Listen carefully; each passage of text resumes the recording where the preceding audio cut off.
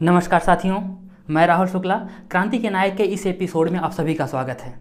साथियों, आज हम इस प्रकरण में वासुदेव बल्लाल के बारे में जानेंगे, जो बाल्यकाल में ही अपनी धरती माँ की गोद में हमेशा के लिए सो गया।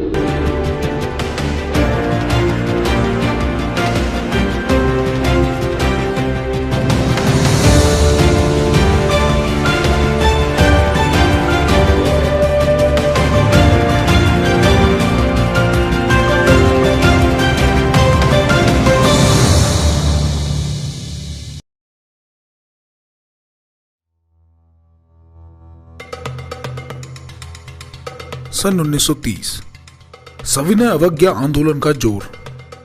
यवतमाल महाराष्ट्र के एक छोटे से चौराहे गांधी चौक पर विदेशी वस्त्रों की होली जलाने का दृश्य। वस्त्रों की जलती हुई होली के चारों ओर लोगों की भीड़ जमा थी।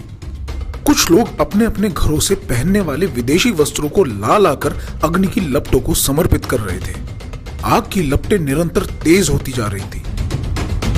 उसी के साथ वहां पर यह नारे भी लगाए जा रहे थे, महात्मा गांधी की जय, भारत माता की जय।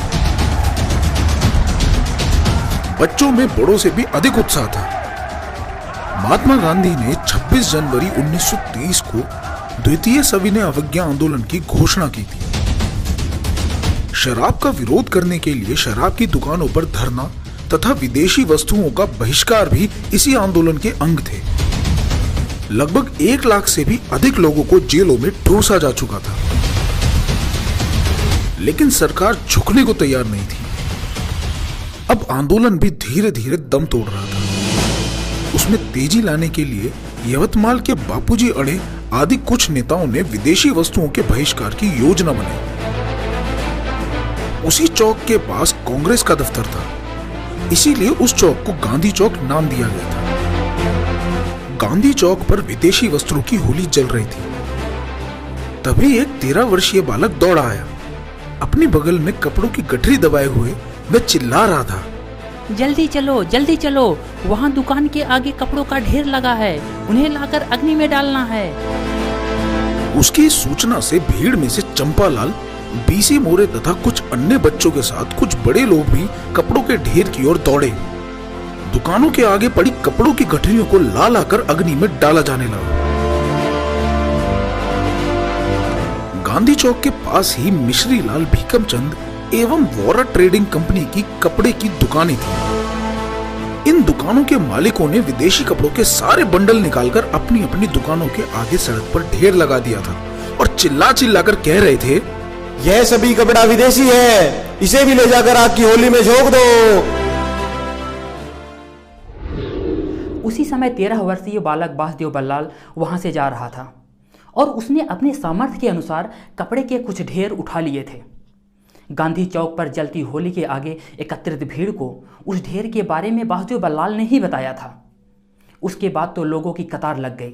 भाग भाग कर दुकानों के आगे पड़े ढेर से कपड़ों का थान उठा उठाकर लोग आग में डालने लगे। किसी ने इस घटना की सूचना पुलिस को दे दी। कुछ ही देर में घुड़सवार पुलिस आदम की।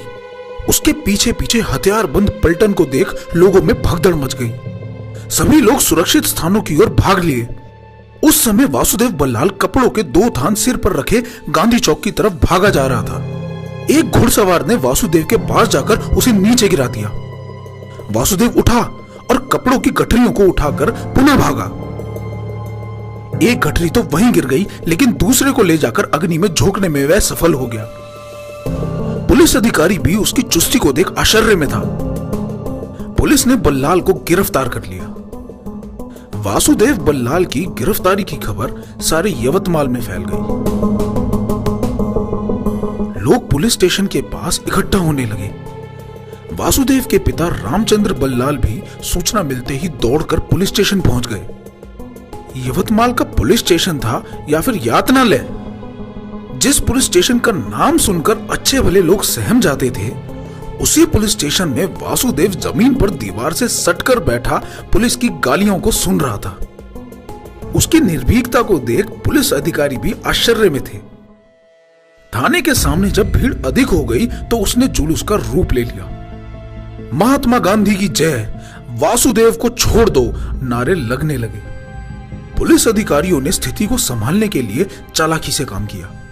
उन्होंने जुलूस में से कुछ चुने हुए नेताओं को बात करने के लिए थाने के अंदर बुला लिया।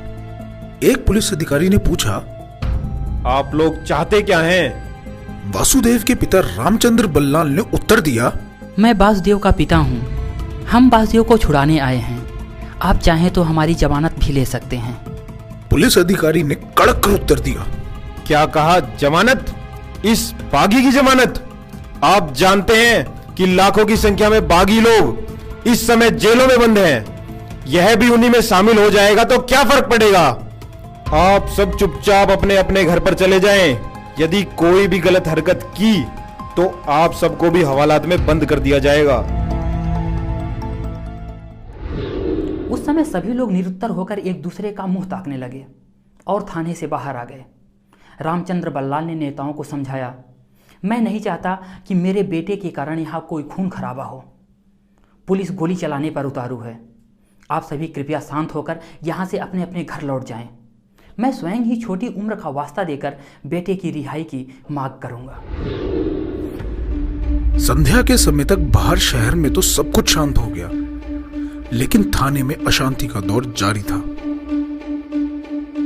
वासुदेव को लॉकअप रूम में ले जाकर एक अधिकारी ने धमकाते हुए पूछा, विदेशी कपड़ों को जला रहा था, पता? और कौन कौन था तुम्हारे साथ? बहुत सारे लोग थे, मैं किसी का नाम नहीं जानता। अधिकारी ने एक डंडा जोर से उसके पैरों पर दे मारा और बोला, तू ऐसे नहीं मानेगा, उतार अपने कपड़े। वासुदेव ने सहमते हुए अपनी कमीज उतार दी और बोला, जो लोग थाने में आए थे उनमें से मेरे पिता के अतिरिक्त कई लोग थे। तुमने उन्हें तभी क्यों नहीं पकड़ा? अच्छा, तो हमसे जुबान लड़ाता है। अधिकारी ने गुर्राते हुए उसे कुछ अश्लील गालियां दी और डंडे से उसकी पिटाई करने लगा। छोटा बच्चा, नंगा बदन और कोमल काया, लेकिन खूनी दरिंदे को तनिक भी रहम नहीं आया। इसके बाद वासुदेव बल्लाल को केंद्रीय जेल भेज दिया गया। अपने बेटे को जेल से छुड़ाने के लिए रामचंद्र बल्लाल 2 वर्ष तक कचहरी, जेल, नेताओं के लगातार चक्कर काटता रहा, लेकिन कोई परिणाम नहीं निकला। परिवार से जुदाई, यातनाओं और कुपोषण की छाया में पलता वासुदेव बल्लाल अपना बचपन घुट घुट कर जी रहा था। एक दिन एक संतरी ने आकर वासुदेव को बताया, छोकरे, अब तुझे छुट्टी मिलने वाली है। तुझे अदालत में केवल माफी मांगनी पड़ेगी। वासुदेव एकदम चीख पड़ा, क्या कहा? माफी? कभी नहीं, मैं कभी माफी नहीं मांगूंगा। मैंने कोई अपराध थोड़ी न किया है। तभी एक दूसरे राजबंदी ने उसे समझाया, देखो वासुदेव, तुम अभी बालक हो, तुम्हें बहुत लंबा जीवन जीना है। जेल की 4 दीवारी में कब तक सड़ते रहोगे? मांग लो माफी और जाओ अपने घर। घर शब्द सुनते ही वासुदेव के मन में अंतर्द्वंद छिड़ गया। माफी मांग लूं और घर चला जाऊं, ठीक ही तो है। इस नरक से मुक्ति तो मिलेगी, पर मैं तो आजाद हो जाऊंगा। लेकिन देश का क्या? देश तो फिर भी गुलाम ही रहेगा। हाँ, याद आ रहा है, स्कूल में एक दिन गुरुजी बता रहे थे कि देश की आज़ादी के लिए हमें अपने सारे सुखों को कुर्बान करना होगा। अब गुरुजी के कथन को सत्य सिद्ध करने की बेला आ पहुंची है। अंतर्द्वंद से उभरते ही वासुदेव ने उत्तर दिया, अपने घर? हाँ, अपने घर तो अवश्य जाऊंगा, लेकिन माफी मांग कर नहीं, सबकी आंखों में धूल झोंक कर। इसके बाद वासुदेव ने निश्चय कर लिया कि जेल में सड़ सड़ कर मरने की बजाय वह बहादुरी की मौत मरेगा।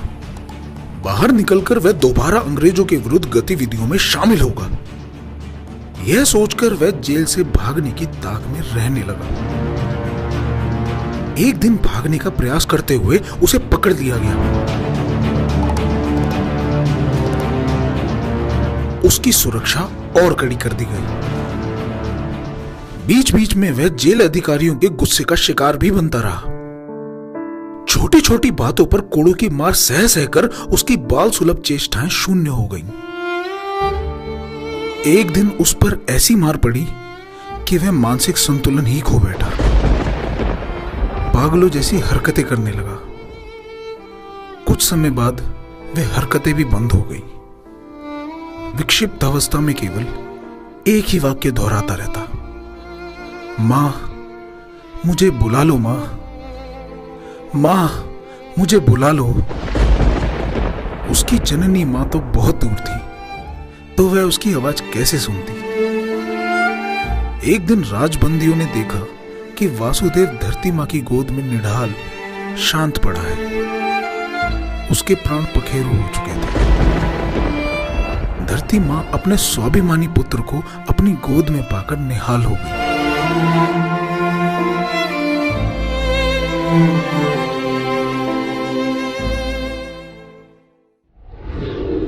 बासदेव बल्लाल की इस कुर्बानी पर देश के बच्चों को तो गर्व है ही, सारा राष्ट्र भी उसकी कुर्बानी के आगे नतमस्तक है। तो साथियों, आज के लिए बस इतना ही। मिलते हैं अगले प्रकरण में। अगले प्रकरण में हम एक नए क्रांतिकारी के साथ आपके समक्ष प्रस्तुत होंगे।